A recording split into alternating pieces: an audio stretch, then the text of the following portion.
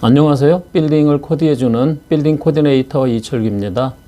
오늘은 그 여러 가지 투자 자산 중에서 상업 업무용 빌딩, 꼬마 빌딩부터 뭐 중대형 빌딩까지의 이런 그 빌딩 부동산이 안전 자산으로 다시 회귀화돼서 투자자들의 관심이 굉장히 많이 모아지고 있는 현실에 대해서 한번 알아보도록 하겠습니다. 사실 지난 한 5년 동안에는 코인 같은 것들이 최고의 그 투자 수단 중 하나였었습니다. 뭐 굉장히 많은 열풍도 몰고 왔었는데요.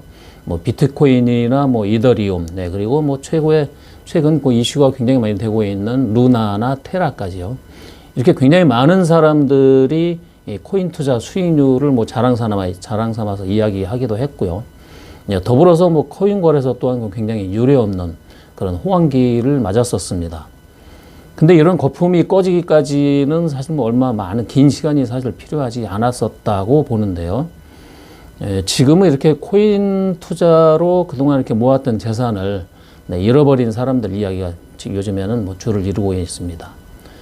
동시에 그래서 이야기가 나오고 있는 것이 이 부동산 같은 빌딩 같은 이런 거 안전자산으로의 투자 상품들의 회귀가 지금 굉장히 많이 회자가 되고 있습니다.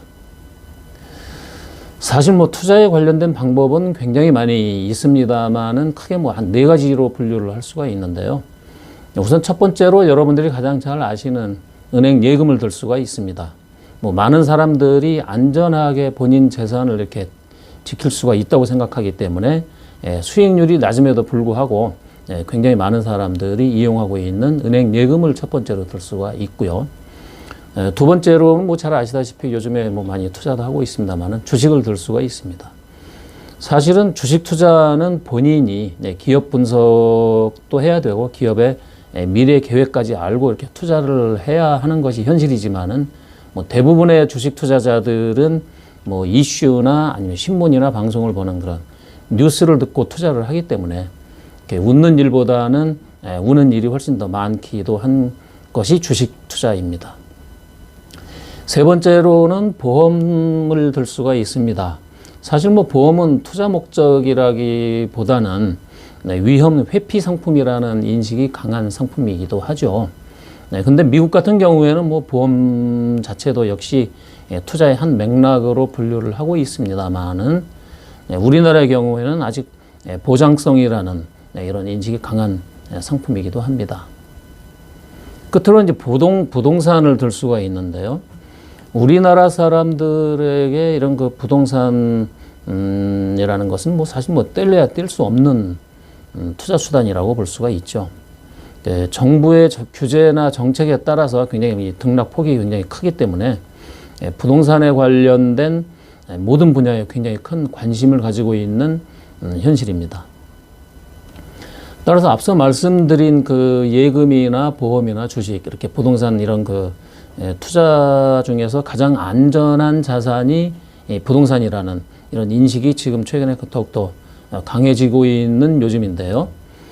이렇게 이 4가지 자산 중에서 안전 자산으로의 회귀라는 것은 수익률이 크지 않더라도요. 내 원금을 얼마나 지켜줄 수 있는지가 굉장히 중요한 척도가 되었다는 의미로 받아들이면 되겠습니다. 특히 현금을 가지고 있으면서 자식이나 뭐 주변에서 달라고 하면은 뭐 안 줄 수 없는 환경이 되기도 하지만은 빌딩이나 부동산을 가지고 계시면은 뭐 주변에서 달라고 해도 뭐 일부만 이렇게 떼서 줄 수도 없기 때문에 주변 환경으로부터도 안전하게 지킬 수 있는 이런 자산이라고 볼 수가 있겠고요. 다시 한번 강조드립니다만은 수익률이 조금 낮더라도 이렇게 안전한 빌딩 투자를 결정해야 하는 시기라고 생각을 합니다. 우리들이 흔히 이야기할 때, 나이를 이야기할 때 지금이 가장 젊을 때라고 얘기를 하듯이요. 빌딩 가격 또한 지금이 가장 저점인 상태라고 볼 수가 있습니다. 왜냐하면 앞으로 굉장히 오를 일만 남았기 때문에 이런 판단을 하고 있습니다. 전화 주시면 친절하게 상담해 드리도록 하겠습니다. 감사합니다.